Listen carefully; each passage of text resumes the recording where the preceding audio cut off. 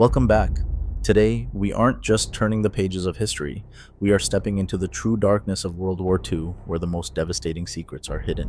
Instead of the beaches of Normandy or the skies of London, the most critical battle took place amidst the pitch-black, freezing waters of the North Atlantic, where no one could see a thing. This is the story of men who never met but understood every beat of each other's hearts. It was a hunt between the blind and the invisible. A single beam of invisible light changed the destiny of the world. Please subscribe to the channel to join me as we travel back to 1941 to discover the origins of electronic warfare. On May 18th, 1941, deep night shrouded the Atlantic with howling winds and ice. Inside a cramped Liberator, Second Lieutenant David sat hunched over a circular device. Only 24 years old, this man of science felt useless in the midst of war. The smell of fuel and sweat grew thick as the aircraft shook violently through the gale. David's entire existence shrunk down to the glowing green screen of the ASV Mark II radar. To him, the best technology of the era looked like nothing more than a broken television. On the screen, a mess of noise called grass or snow danced incessantly. The crude radar could not distinguish between a 10-meter wave and the steel hull of a German U-boat. David shivered as he adjusted the frequency knob, desperately searching for a signal amidst the deadly darkness. He knew the relief convoy was being stalked by a terrifying enemy. Suddenly, an orange flash tore through the mist, followed by a shockwave that rocked the plane. The Atlantic caught fire as an oil tanker was struck by a torpedo. David punched the console in frustration because the radar showed nothing. He was flying blind, unable to protect the sheep from the hidden wolves. Current technology had wavelengths that were too long and resolution that was too poor. To the men dying in the freezing water, the plane overhead was just a useless spectator. 1,500 meters below, Captain Heinrich on the U-110 inhaled the scent of cordite. The 45-year-old veteran had always held the British in contempt. He watched the burning tanker with cold satisfaction. To Heinrich, the night was not an enemy, but a cloak, a shield, and his most lethal weapon. He heard the sound of the British aircraft, but didn't bother to react. He knew the British pilots saw nothing, and he acted with the arrogance of an invisible predator. The Grey Wolf packs dominated the ocean by mastering the darkness.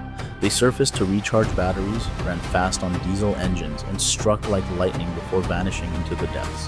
Heinrich signaled to prepare for a new attack in absolute safety. He believed that as long as the British remained blind, the Atlantic would belong to Germany. High above, David stared at the screen until his eyes stung. He realized that courage alone was not enough to win this war as another ship exploded. They didn't need more bombs or faster planes. They needed a new pair of eyes. If they couldn't strip away the enemy's shroud of night, Britain would soon be completely strangled. This war would be decided by physics rather than soldiers.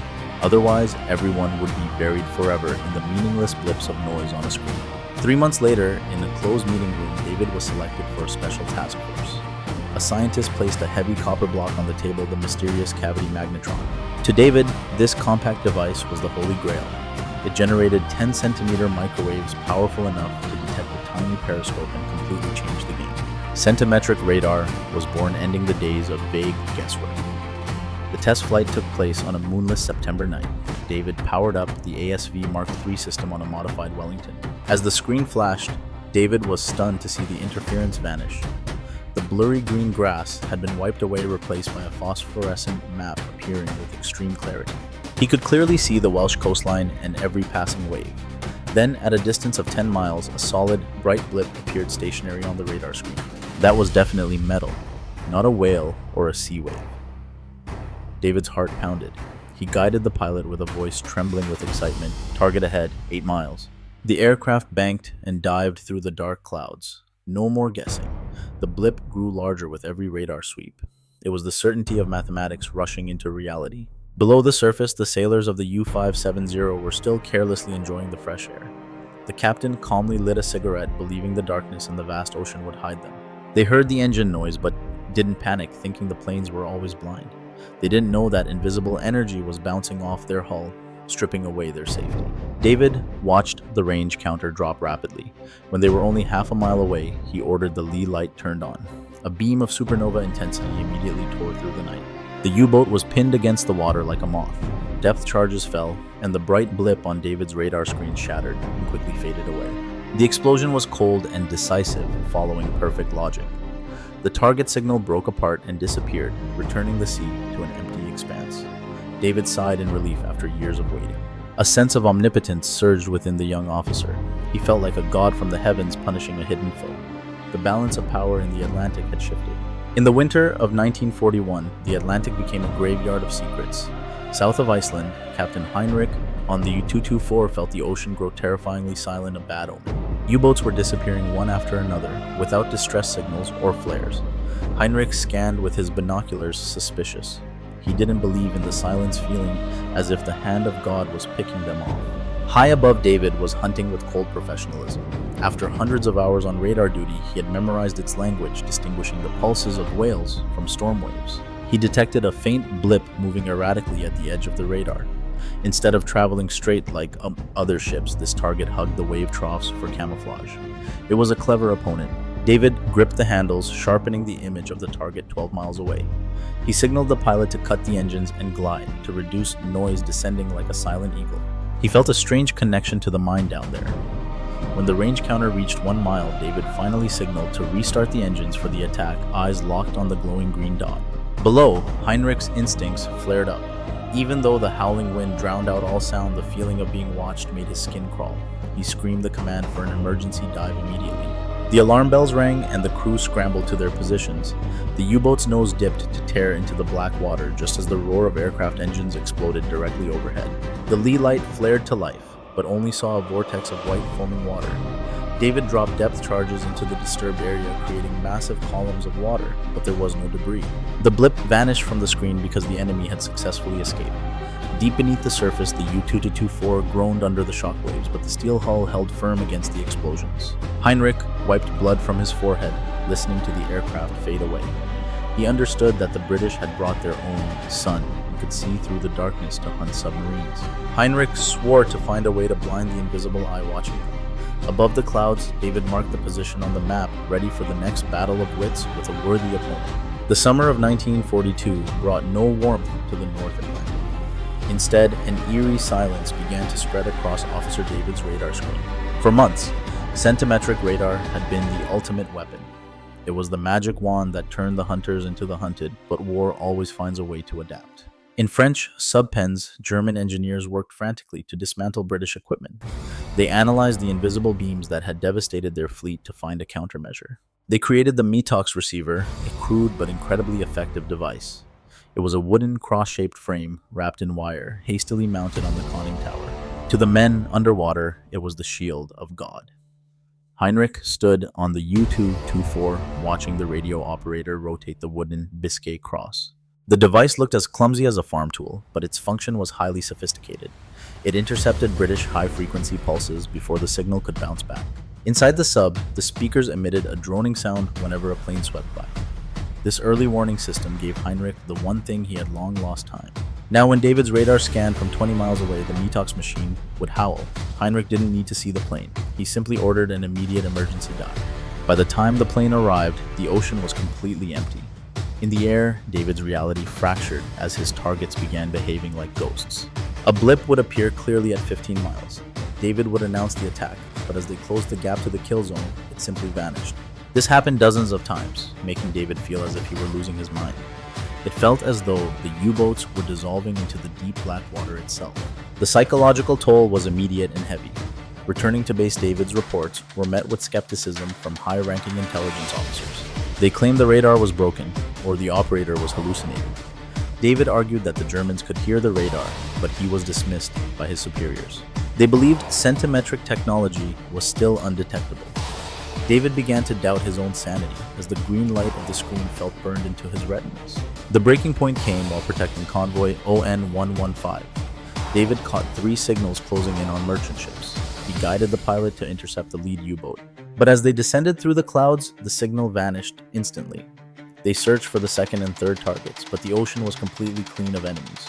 Moments later, a tanker erupted in a massive column of fire. Heinrich had dived early, waited in silence, and attacked with torpedoes from the depths. David watched the burning ship with his naked eyes while the radar sat mockingly empty. The enemy had turned David's eyes into a weapon against himself. The radar was no longer a weapon. It was a lighthouse warning the wolfpack. It helped the enemy hide more safely from aerial attacks. In October 1942, David was grounded for combat exhaustion. His file noted hallucinations, but in reality, he was the only one who understood the dangerous trap the Germans had set. The Atlantic became a slaughterhouse, as U-boats seemed to possess a sixth sense. They dived just before being attacked, causing the morale of British air crews to shatter. Every time they took off, pilots felt like they were broadcasting their location to the enemy. David spent his leave obsessively cross-referencing mission logs and signals. The data showed that the ships always disappeared when the plane was exactly 20 miles from the target. This was mathematical consistency, proving the Germans were listening to their radar waves. David realized that radar was like a flashlight in a dark room.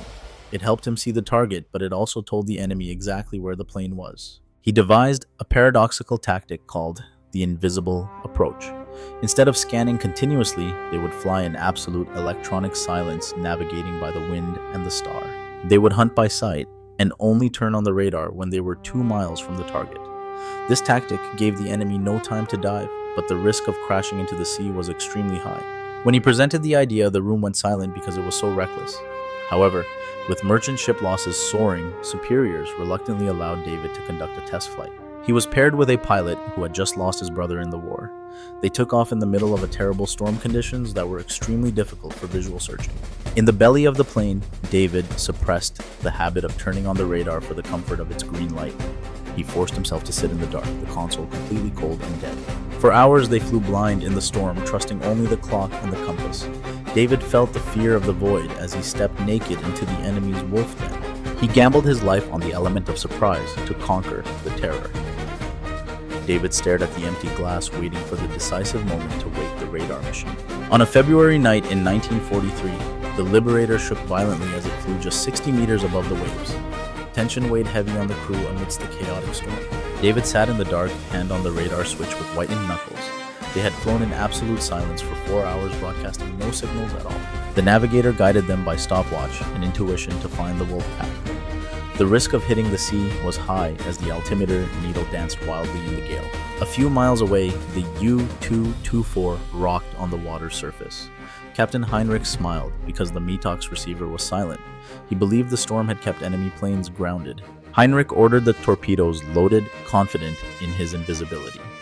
He didn't know that his trust in the silent METOX machine was about to become his death sentence. "Now!" the navigator shouted. David immediately flipped the radar switch.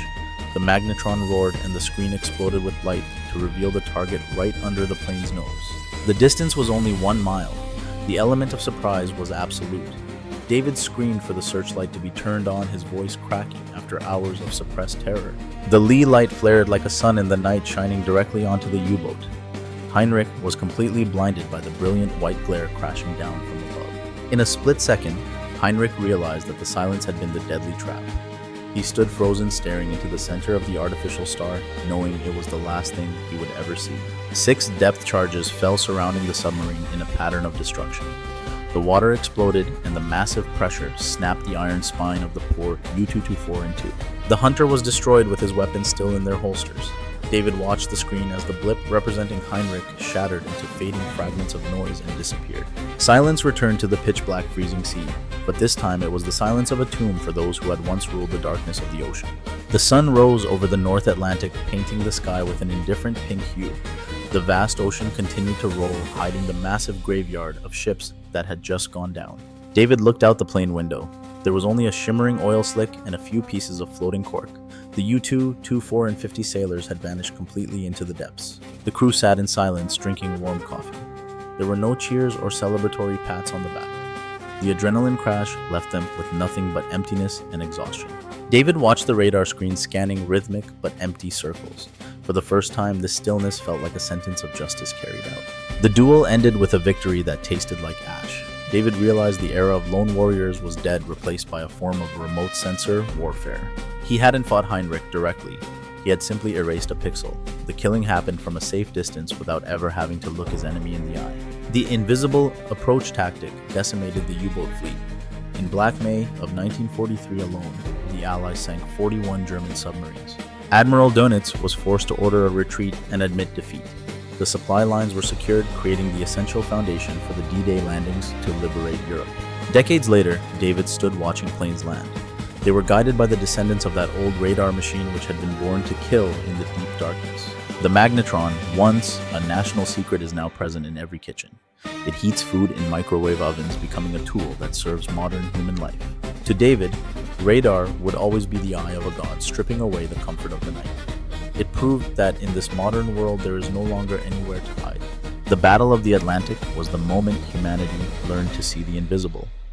We traded the fog of war for the brutal clarity of electronic surveillance. Today's GPS systems and weather radars all have their roots in those bombers.